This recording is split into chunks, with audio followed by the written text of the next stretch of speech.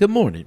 I'm Hassan Giordano, and this is your DMV Daily Dose for Thursday, October 17th, 2019. Right now in Baltimore, it's 52 degrees Fahrenheit with mostly cloudy skies. Today's forecast has intermittent clouds, with a high of 60 degrees and a low of 49 degrees.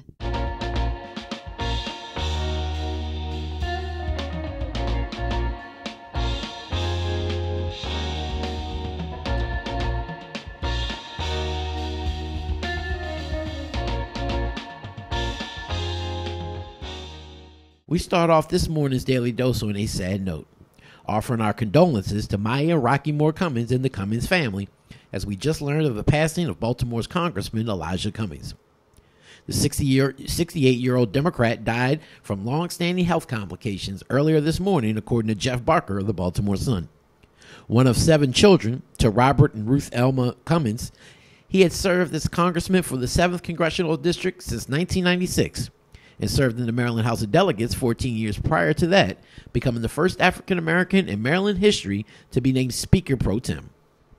He most recently served as chairman of the House Oversight and Reform Committee, where he went head-to-head with United States President Donald Trump on various issues. His charismatic leadership will be sorely missed. Rest in peace, good leader. And on this day in history, in 1931, gangster Al Capone is sentenced to 11 years in prison for tax evasion, signaling the downfall of one of the most notorious criminals of the 1920s and 30s.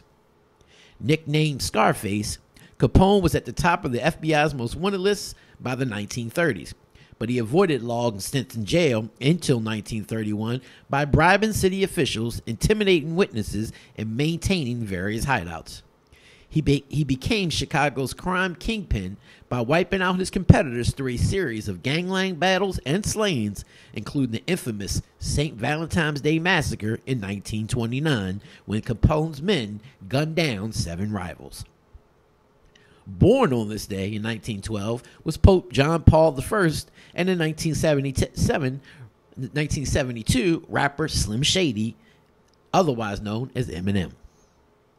Now, City Council President Brandon Scott is calling on the mayor, Bernard Jack Young, to use an estimated $34 million in city budget surplus to fix the heating and cooling issues within the city school system. In what can only be described as what certain officials called an election year stunt, Scott sent Young a letter urging such allocations, even while the surplus was an unaudited report that may shrink or have to be used for other city services, according to administrative officials, between now and the end of the fiscal year. Not to mention, the city is not solely responsible for funding its schools due to a 1997 lawsuit that led to the city relinquishing control over its schools to the state in a city-state partnership. Now, a senior advisor to Mayor Young told me off the record that Scott's proposal was nothing more than an empty campaign stunt.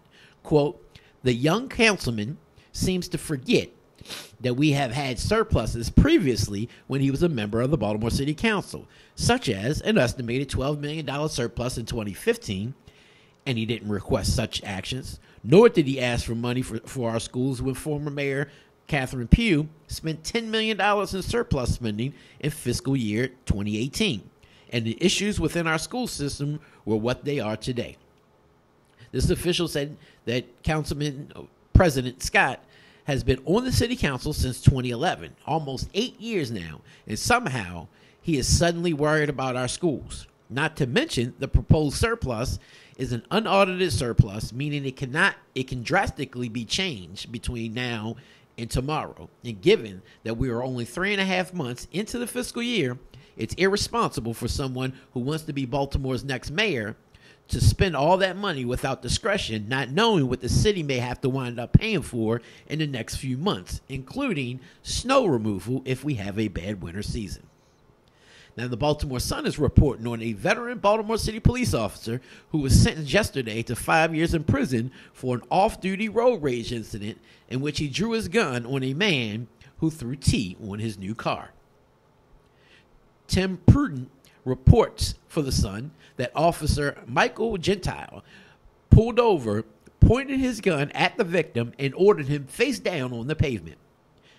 Now, that victim, Kevon Miller, got to watch as Judge Robert Taylor found the officer guilty of assault and using a gun in a crime of violence. Quote, when that badge is used as a shield and the gun is used to bully people, it makes things worse, said Judge Taylor, who said that he was bound by state law that mandates a 5-year sentence in prison for those convicted of using a handgun in a crime of violence. However, the judge did order Gentile to serve house arrest while waiting his appeal that his attorney filed immediately following his sentencing. Luke Broadwater and Pamela Wood are reporting for The Sun that 5 men who are wrongfully convicted and imprisoned for decades will receive financial compensation from the state, something that hasn't been done in the past 15 years. At Wednesday's regularly scheduled Board of Public Works meeting in Annapolis, Governor Larry Hogan laid out a plan to get these men equitable compensation by the end of this month. And while Hogan previously sought to have administrative law judges decide how much each man should get due to the number of years they spent behind bars, he said yesterday that his staff would draft up the plan to be ready for board approval at their next meeting on October 30th. Quote, I do not believe that these 5 individuals should have to wait any longer, said Governor Hogan. The 5 wrongfully convicted gentlemen are Jerome Johnson, Lamar Johnson, Clarence Shipley, Hubert James Williams, and Walter Lomax, who spent a combined 120 years behind bars. And Josh Kurtz of Maryland Matters is reporting on a secret meeting scheduled for next week, which has summoned the 47 Maryland state senators to Annapolis, in which Josh believes could be Senate President Thomas Mike Miller's announcing his resignation as the longest-serving president in our nation's history, due to his health concerns that were revealed earlier this year. The 76-year-old Miller was diagnosed with prostate cancer, which he revealed to his colleagues and to the media after the start of the legislative session in January of this year. The man who has reigned supreme over the most powerful political body in Maryland for the past 33 years has promised that his colleagues an update on his medical conditions and his political plans, and this meeting is probably it. One thing that Josh and Maryland Matters have asserted from this conversations that they've had on Tuesday is that Democrats are expected to discuss caucus rules at their next meeting in this meeting next week, what may be a preliminary action for what is to come next, a likely contentious election for who will succeed President Miller. It's been 37 years since Senate Democrats have had a contested election for president. That's when Melvin A. Steinberg, a Democrat from Baltimore County, ousted James Clark Jr., a Democrat from Howard County, in a coup. Miller was unopposed when he was elevated to Senate president just 4 years later. So no one knows what these elections are supposed to look like and feel like, and that will surely be one topic of discussion, says Josh Kurtz. One thing Maryland Matters is reasonably confident of is that there won't be an immediate vote for Senate president next week, even if Miller announces that he's stepping down. Miller plans to hold a news conference immediately following the caucus meeting. Senate Democrats are clearly and unavoidably thinking about what and who comes next.